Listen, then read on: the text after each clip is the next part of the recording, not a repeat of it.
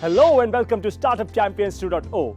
This is the show where you meet National Startup Award winning founders. In today's episode, you will meet Tagbox, the Industry 4.0 startup champion and our startup mentor. Imagine you have booked an online blood test at home. The phlebotomist comes at your doorstep and takes the blood sample. The real test actually starts now. Your blood sample needs to reach the testing lab at a certain controlled temperature. Otherwise, the result will never be correct. How will this temperature be maintained? Who is controlling it? Or imagine you have ordered food online or medicines or something fragile.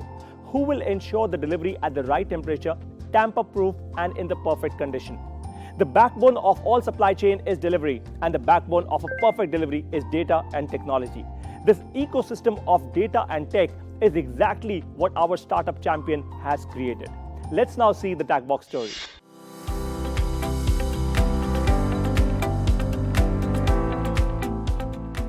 We started off thinking of bringing IoT, which is a lot of hardware and communications technology, together with big data analytics. So that is where most of our core strengths lie, in one of these two verticals, and want to bring them together to solve real life problems. Where we shined, where we focused on earlier on, was getting data from places where it was not earlier possible. So for example, your delivery boxes that, let's say, Amazon or Big Basket uses, and making them smart, tagging them with a sensor, and getting data out from there without any help from a human, from an operator. What we did is we quickly spun the supply chain solution that Tagbox had to instead of tracking the products that are moving through supply chain, tracking the people who are managing supply chain. That's basically the initial thought that we had. We thought about this as soon as the pandemic started. We realized that the regular business anyway will move slow, and we started scaling up. We deployed a couple of solutions within TVS, in couple of manufacturing factories for F&B products, and it started scaling. And then over the period of time, we had close to 10,000 sensors, 10,000 people who are being monitored within a framework of 4 to 6 months.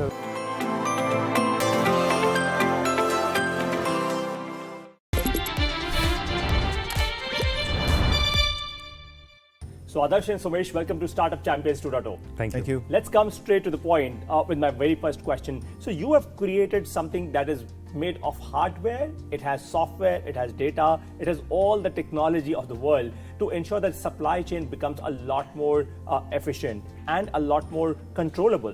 What exactly is this technology? What do you guys do? Please show our audience with a demo. Absolutely. If I can just have my hardware. This is your hardware, go ahead. Thank you.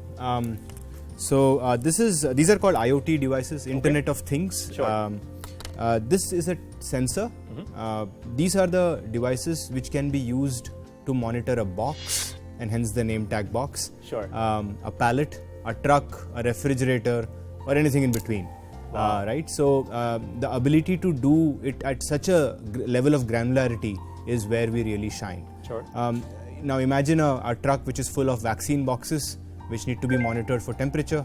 This device would go in each of those boxes, and what you would need is a reader. So this is the Tagbox reader, and this reader basically reads the data from these sensors over Bluetooth, which is found commonly on our phones, a low energy variant of Bluetooth called BLE, and reads the data from all these sensors and then sends the data to the cloud along with GPS location using a SIM card or a Wi-Fi network, depending on where it is installed. Interesting. So you said it is sending the data to the cloud. Now, I would love to learn from you. What is this data really like? How does it look? Let's just really understand what is your data and what are the insights, what is the intelligence that it actually sort of creates for your customers? So as we started getting this data on the cloud, there is pretty much everything that can be shown with this data, right from the operations manager to maybe the head of operations. And there is insight at every level, right? So once this data comes to the cloud, we can visualize the temperature on a chart, we can see the core parameters of a shipment and see the insights at a shipment level. Whereas also at an aggregated level, if I'm looking at the entire country, how all my shipments are going on, because we can have different parameters for all the shipments that are happening, maybe 2 to 8, 15 to 25 or minus 15.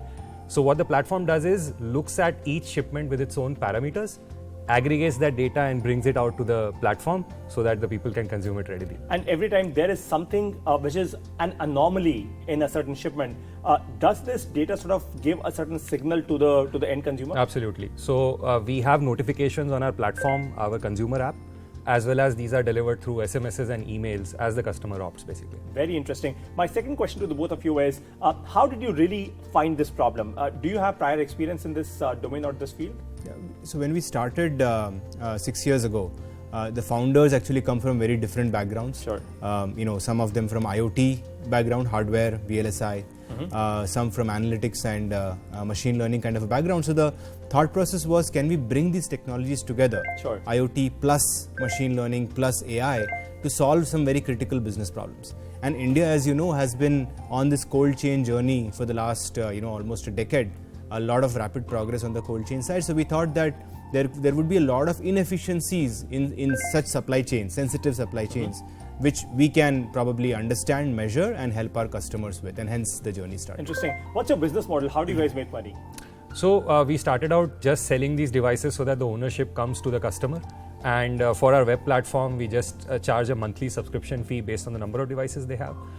Very recently, what we have also started doing is giving the entire package as an OPEX. So they can just pay a monthly fee, acquire both the hardware and the software, and just go about it. Fantastic. And what's your sales and marketing strategy? How do you reach out to your customers? Various channels, and as you know, it's an organization that we sell to and not a consumer. Sure. It's a B2B business. It's a B2B business. So in that scenario, we obviously try to reach out to them using cold emails, cold calls. That's a typical B2B sales strategy. But it's very important to educate the customer and tell them, hey, something like this is actually available in India. It's homemade. And real-time technology is actually there. So we do that. We do a lot of events. Over the last 2 years, because our brand has become more visible, a lot of customers are actually reaching out to us via our website. And that's how we are generating some of these businesses. Interesting. And what about funding? So how did you fund the business on day one, and have you raised any external capital now? So the business was bootstrapped for the first 8 or 10 months while we were developing the MVP. Then we got a seed fund from the Indian Angel Network. That brought us to about 2019, at which point TVS Motor Company made a strategic investment, about $2.5 million. Very interesting. So you have money in the bank.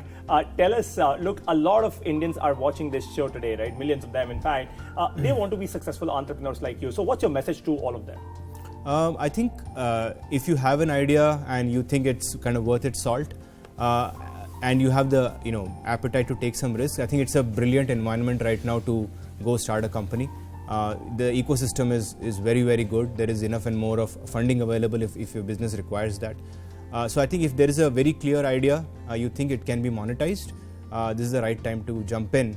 But be prepared for the ups and downs. That's the part and parcel of an entrepreneur's life. Sure. Don't be disappointed with that.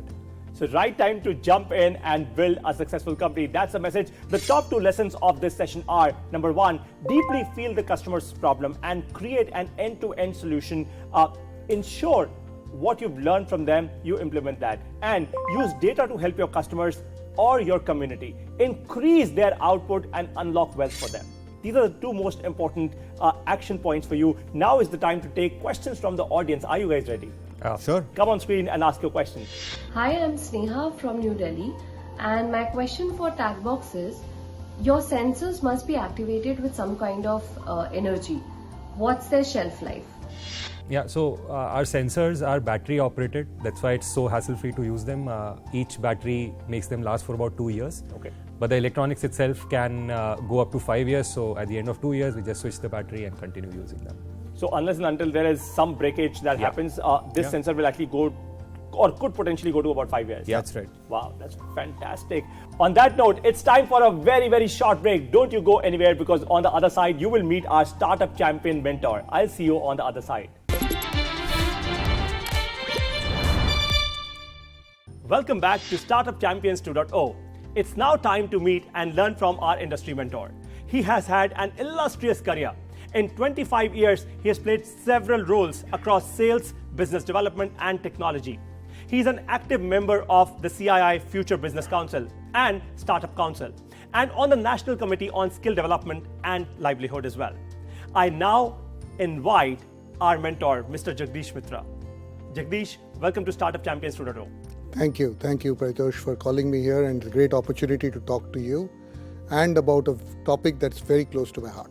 I'm sure. Thank you so much for coming here. So, what are the emerging trends, Jagdish, that you are actually seeing in technology in the coming years? So see, emerging trends is always a function of what's going to emerge as needs in the market. So if you look at needs in the market, a huge amount of focus on industrialization, productivity, but smart productivity, which means things need to be done faster, cheaper, and higher quality. So the technologies that are going to make a difference on this, according to me, are industrial IoT, data and artificial intelligence, quantum, and metaverse. These are the 4 key areas that I think the focus will be. Very interesting, especially all the interest that's actually gathering around the metaverse. We did have, in fact, a startup in Startup Champions 2.0, wherein they're actually creating a metaverse for the rural India. Very interesting.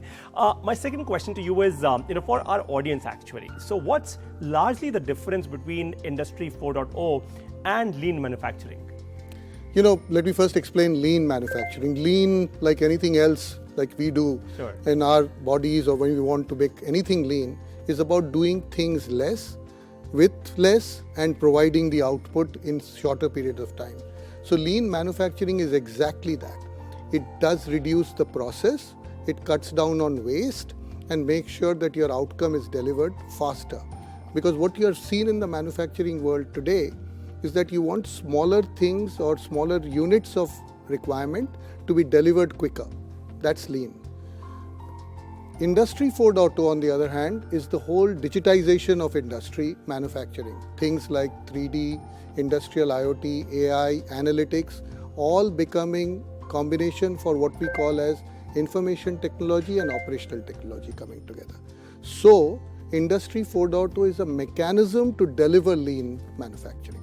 Interesting and very well explained. Actually, you've just made the entire definitions, all of the definitions around Industry 4.0 and lean manufacturing very simple for our audience. Thank you for doing that.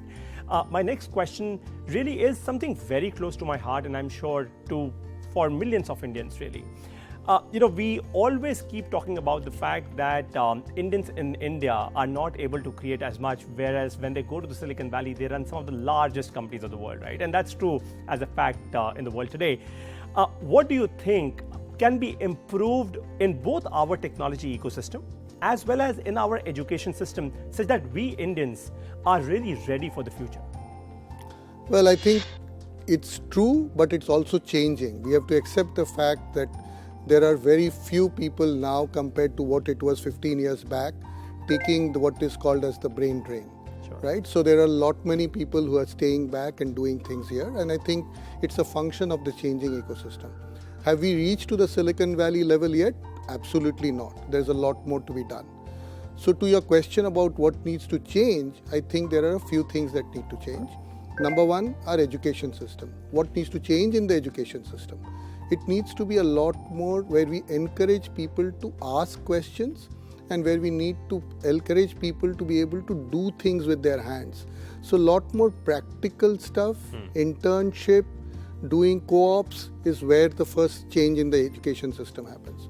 Second part of it is create incubation or innovation and incubation as a core part of everyone's DNA starting from schools, colleges, and then to industries. Third part of it is encourage industry and academia to focus on R&D. So if you make sure that these 3 things happen, you will create an ecosystem which is probably bigger than the valley. Very interesting, because we do have, in fact, one of the largest segments of the youth here in the country, and this demographic probably is not available anywhere else. We are moving towards Atmanirbhar Bharat, right? Our Honorable Prime Minister, of course, is leading the charge. There is more focus on manufacturing, more focus on digitization, a lot of efficiency as well. What new opportunities do you think will emerge in the coming future? Do you think that industrial IoT will become so big that there will be billion-dollar business opportunities there? Oh, absolutely. Look at it again, stepping back on it, Paritosh, on the way the whole thing is going to span out for us.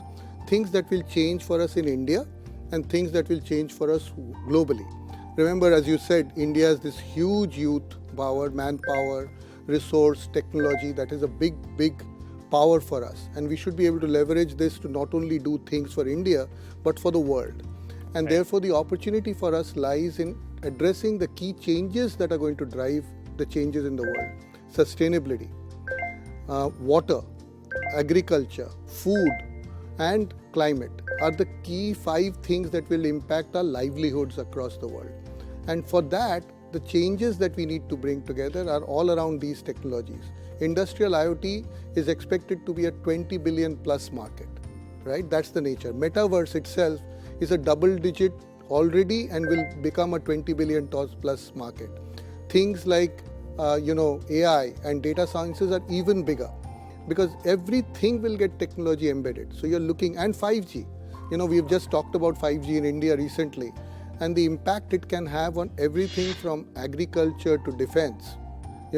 To take our word back, Jai Kisan, Jai Jawan, that's where the whole impact of technology is bound to see. Wow, and that's phenomenal. You've actually touched upon some of the most core fundamental, upcoming areas. Tell me something, as a related question to it. A lot of what we are studying today, the largest part of India, whether in our technology colleges, whether in our, management institutions, is not probably really tuned to what you just said, right? What key areas should Indians and the coming generation build their careers in? Well, I think the responsibility lies on both sides. I being part of a corporate, and there are definitely people part of academia, we need to do a lot better job than what we've done before. The reason being that I think we have a huge shortage. You'll keep hearing this shortage of skills story.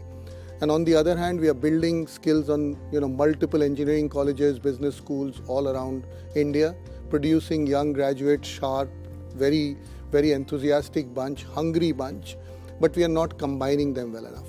So I think the role for us is to do in smaller clusters where industry bodies like NASSCOM, CII, FICCI are starting to play a key role in defining what the industry needs, aligning our AICTE with those things and making sure that last 6 months or even the semester summer programs start to become more industry aligned, right? So we define what the world requires, and because we are in front of the customers and we are defining what the needs for the future could be, the academia does the great mix of making it fundamental to the program. That's number one.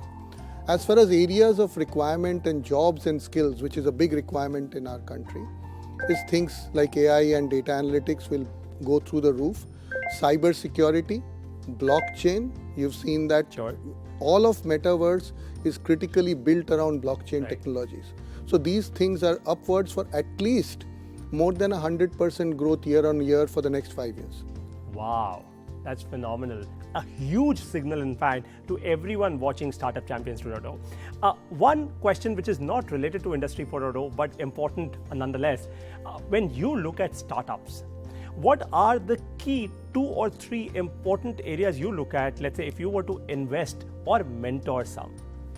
Well, I think the idea matters. It's absolutely the most critical part of any startup. What are you disrupting? What are you changing? That question has to be there. But also the passion and the purpose behind the founders. So when we look at these 2 things, and they differ from stages of the startup, right? I'm talking about initial stage or seed stage. Those are the 2 key things. Where is the founder coming from and what's his passion and purpose behind it? And what is it that they are disrupting? That's number one. As you start to grow, we start to look at practicality of it being able to be applied. So number of people that are engaged with businesses or have customers, even if they have failed, is the right indicator for saying that they are going to market and they are pivoting. Because you being one of them, Sure. you always know that they're constantly changing. There's Correct. no fixed regime to it, right? So are you doing that, or are you sort of sitting in one corner and building it? Those are characteristics that we look for. Very, very core fundamentals is what you've actually spoken about. My last question to you, Jagdish, is, look, millions of Indians are watching you right now on Startup Champions 2.0. A lot of them want to be like you, more successful, people who are more responsible, people who want to actually create the future. What's your message to all of them? First of all, they shouldn't want to be like me. They should be wanting to be much, much better than I am. I think the opportunities couldn't have been right? You're at the right cusp of time where everything is coming together. We have had a phenomenal growth in startups. 76,000 plus startups in the country today. We are the third largest startup ecosystem in the world. We have a lot of work to do in still being the most innovation-driven country. We have work to do. We are 40th. We have a chance to go way up. There's opportunity to go up. My message to the youngsters would be, or anyone, is that follow your passion, your dreams, and your purpose. The business and success is bound to happen. Jagdish, thank you for all of your answers. Now is the time to learn the top 2 lessons of this session. Number 1, industrial IoT will present massive opportunities as Industry 4.0 goes digital. Number 2, if you want to remain relevant in the future, prepare yourself to be relevant with one thing, technology. It is okay to be a round peg in a square hole. Who knows what you create? It's now time for a very short break, but don't you go anywhere, because together, right after the break, we will take step number 10 of how to start a startup. I will see you on the other side.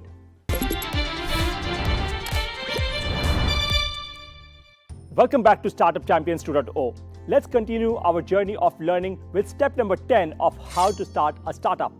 Start building customer funnel and cohorts. I know this sounds very fancy and very complex, but let me explain to you. What you need to measure for is, number 1, what are the top 5 sources of customer acquisition? And try and understand where are the highest number of customers coming from, which is that right source for you, and where are the highest number of customers coming from that are costing you the least amount of money. Let me now explain this entire concept for you. Customer funnels and cohorts are extremely important for you to be able to measure if you are going in the right direction or not. You must be able to understand which sources of customer acquisition are the best sources for you. And you can do that only when you have the right customer funnels with you. And number 2, when you have these funnels with you, every week, every month, or every quarter, you should be able to club these funnels together and make a cohort. When you read and understand these cohorts, you will be able to put together the right sources of customer acquisition for your startup. And I guarantee it to you that if you implement this step really, really well, you will never fail in your startup, and you will grow extremely fast. What did you learn from today's episode? Share all of your feedback with us. Make your videos and post them with hashtag StartupChampions2. Thank you for watching Startup Champions 2.0. Jai Hind. We've really focused on and learned is that you really need to go with first principles when you're building a company. We provide a visibility of demand.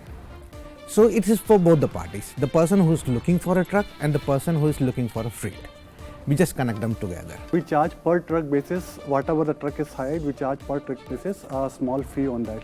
Okay. So it ranges from 100 rupees to 150 rupees per truck.